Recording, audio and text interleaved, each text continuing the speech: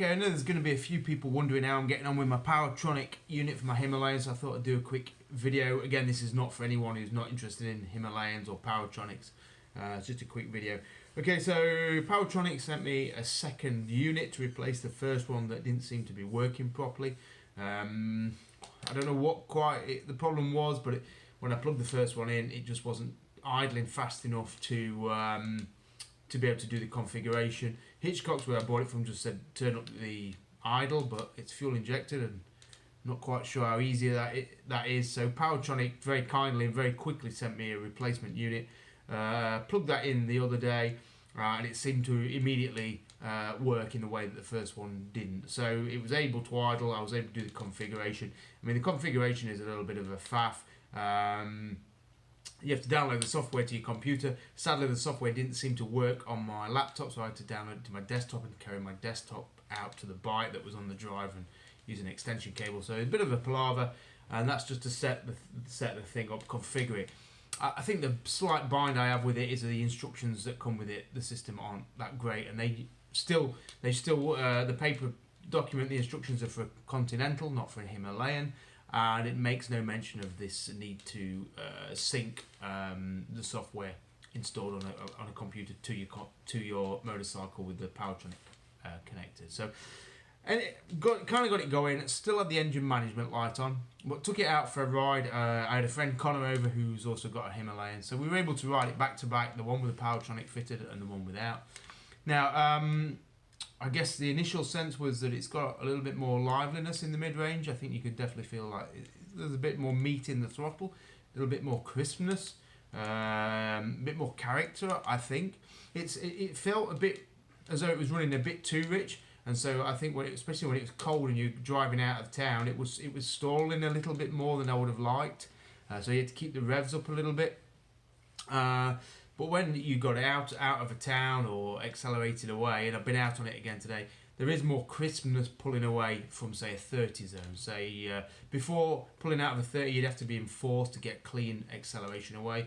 I think now, with the Powertronic, it'll pull fifth accelerating from 35 upwards. So, subjectively, it feels like it's given the engine a little bit more life. Certainly not these big claims of 20 kilometers at the top end and things like that. I mean, to me, looking at the speedo and things, my bike was already doing 70, 75 on a cruise and hitting a GPS verified 82. Nothing's really changed in that regard with the Powertronic fitted, and I think that's the difference between the subjective impression and the objective impression. I've got a stretch of dual carriageway near me, which I use to assess the roll-on acceleration of the non-Powertronic bike from 50 to 70 in both fourth and fifth. And at the end of that dual carriageway, before I hit the roundabout, I hit 69 on the GPS. So that's with the non-Powertronic, without the Powertronic. With the Powertronic, I hit about 70, 71.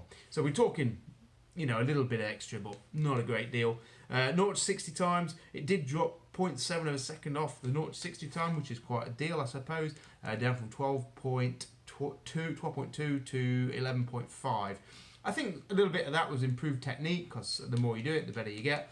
But I would say about 0.4 of that was down to the Powertronic, and essentially I think that's because it's raised the rev limiter. So now mine will hit 6.5, 6, 7, and it will keep on revving. So I think effectively what the Powertronic does, raise the rev limiter and force more fuel through the system.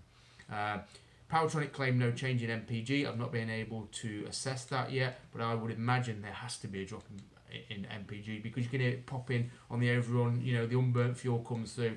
It's definitely running richer, so I can't see how there can't be a change in the MPG.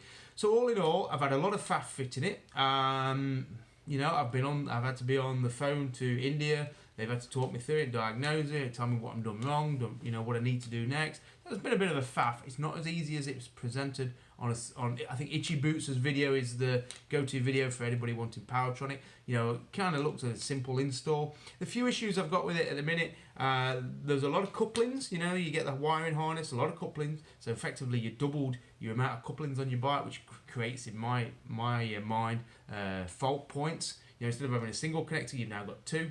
So you've got twice the amount of places to cause trouble, to get water ingress or things like that. You've also, there's a rubber boot that as standard on those connectors. Now you've got 2 connectors, but there's no rubber boot comes with a kit. So you've got 1 connector that's got no rubber boot on it. So that leaves it exposed. And I do a lot of deep water stuff and off-roading, and I do worry that those connectors are going to get fouled up. Also, the fact that the Powertronic is a big unit, and at the minute I can't get the pillion seat to sit on top of it. I'm sure it can because other people have, but I've not cracked that yet. And it also robs the under-seat storage for the tool kit, which is a little bit of an annoyance.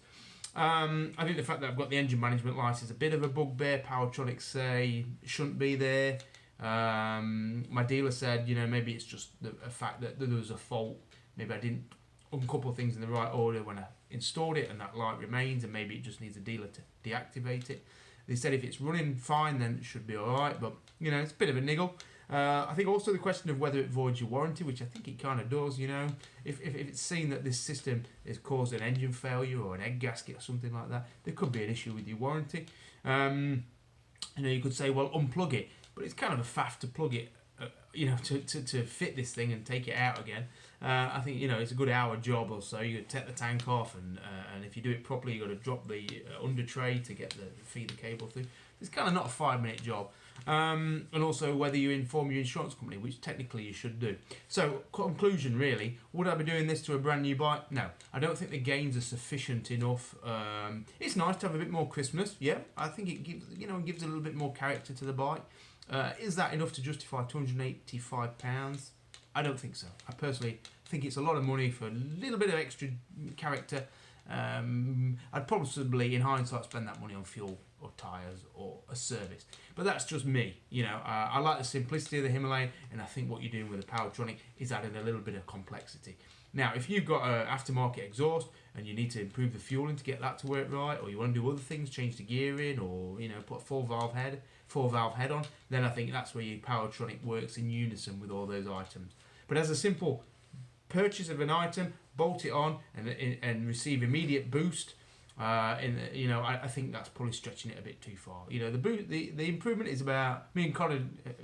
Connor rode my bike and kind of was like, there's a bit of a gain, but not a huge amount. And we agreed 6% is extra what you're getting, but probably 6% extra grunt, which does make a difference. And I think overtaking cars, when you want to overtake on a short straight, I think the fact that the revs pick up quicker means you're probably going to get past it. So that's kind of nice. So I'm not underselling the Powertronic. I'm not saying it's a failure. I'm not saying it doesn't work, but it doesn't transform the bike. So I think you've got to be realistic about what it's going to do to your bike.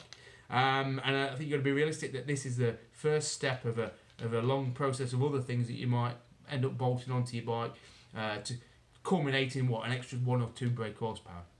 I think if it was a sports bike, it would make great sense. The fact that this is a 24.5 horsepower tourer adventure bike, I think, are you really riding it to the final nth of a percentage of performance? I don't think so. And I think just as I ride mine, sort of loping around and stuff, I don't think you feel that immediate benefit. So if you're on the fence about a Himalayan, thinking it was underpowered, but maybe a Powertronic could solve it, I think it's not a big enough jump. It's not turning it into a DRZ 400. And so ultimately, I think if you want more power out of your Himalayan, buy a bigger bike, and that can only be the conclusion. Powertronic, I would say, if you do still want it and you want to order one, go direct to Powertronic.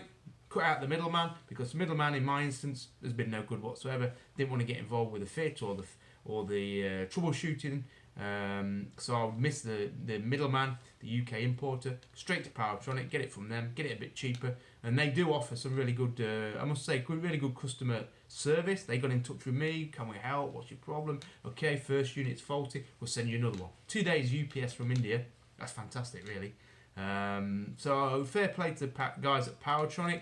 And I would say manage your expectations. If you're going to order it, this is not going to transform your bike. Make it a little bit better, maybe. Give it a bit more muscle, but marginal improvements.